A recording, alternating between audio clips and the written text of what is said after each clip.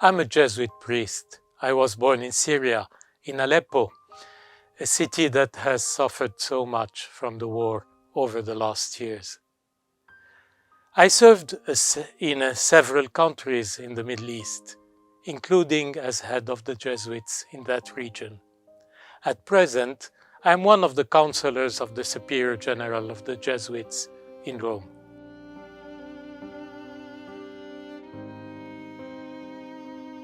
The war is not over, unfortunately, even though the intensity of the fighting has decreased. There are still different areas of conflict, and the country has not yet been reunified. Above all, I need to highlight the humanitarian crisis and the current situation of misery that prevails in the country.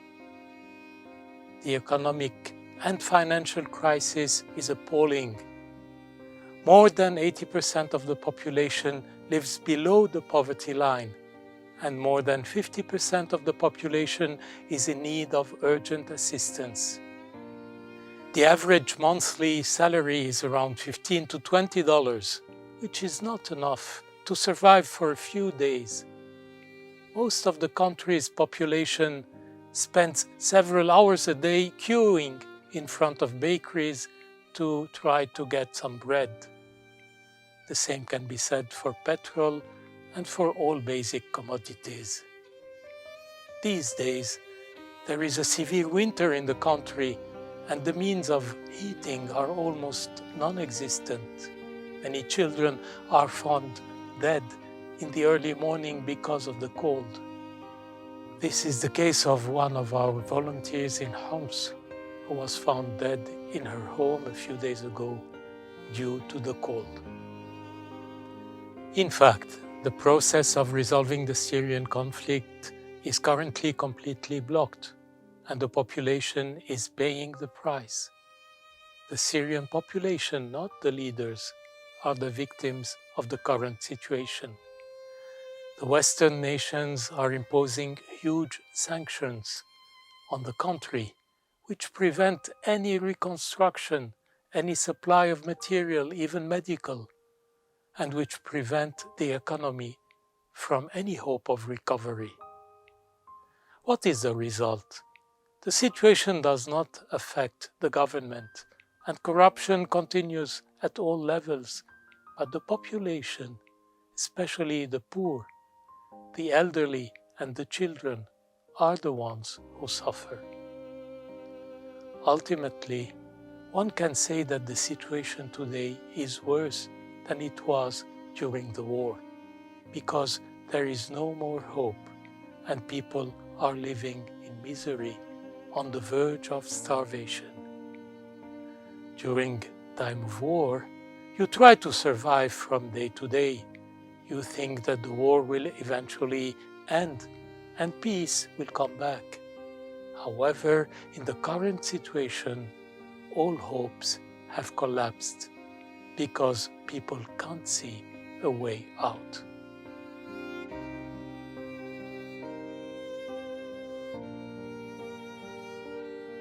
Unfortunately, there is no real interest in resolving the Syrian crisis at this point. Sanctions are imposed by Western countries that prevent any reconstruction. But as I said before, it is the Syrian population and not the regime in place that is the victim. Moreover, if we do not engage in a real dialogue with the interested parties, and if we do not prepare a real process for a transition, nothing much will happen. Even if the regime falls, we will end up in chaos. The situation will probably worsen. This is what we have witnessed in countries like Iraq and Libya. In fact, contrary to what they claim, the nations involved in the conflict are not there to promote human rights, democracy, freedom, or peace. What is at stake are political and geostrategic interests, for example, access to the Mediterranean, economical issues, for example, control of oil and gas fields, the sale of weapons, and extending zones of influence, for example, between Russia and the United States, between Iran and the Gulf states, etc. It is primarily a game of interests. Even religion is manipulated to suit their interests in this conflict. My conviction is that it is not possible to achieve peace with weapons, but with dialogue. It is not possible to achieve democracy without a long educational process. It is not possible to achieve reconciliation without putting aside calculations and selfish interests.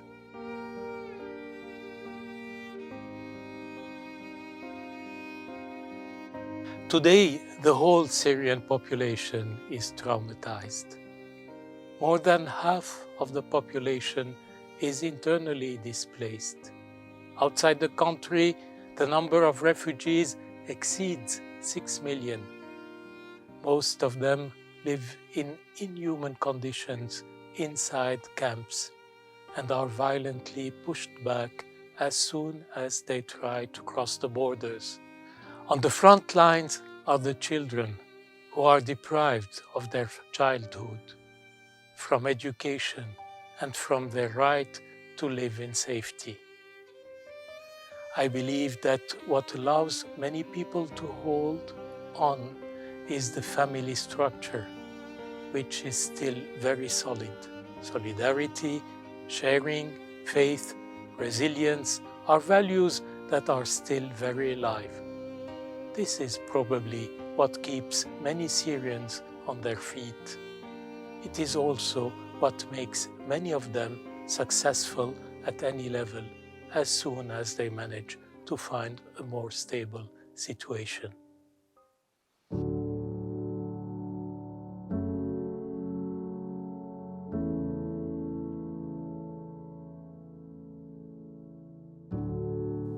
As Jesuits and as an international body, I would hope that we can keep up the pressure on the international level.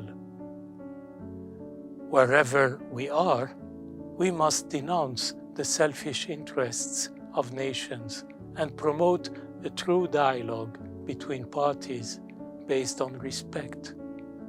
This is the position of the Church, and we are collaborating wholeheartedly to achieve it.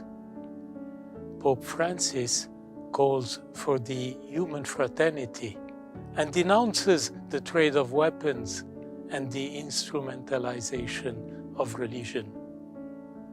He brings together political and religious leaders and seeks solutions that guarantee peace, justice, and reconciliation. We can also do a lot at the local level.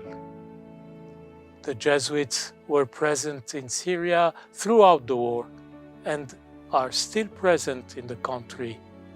Young Jesuits have volunteered in recent years for this mission. We promote the establishment of community centers where all the components of the society can come together to rebuild the social structure.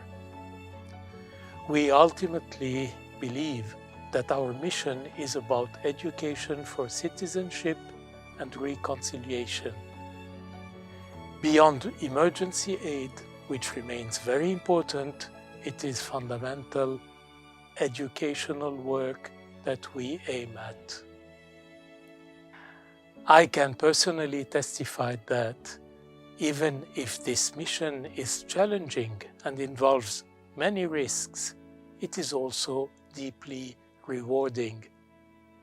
When you are exposed to the misery of these people, you are at the same time surprised by the values they live by: their dignity, their generosity, their sense of sharing and solidarity. They are extremely grateful when they see that you are there for them and with them. Undoubtedly, one is touched by their trust and by their faith. In fact, they are the ones who enrich us.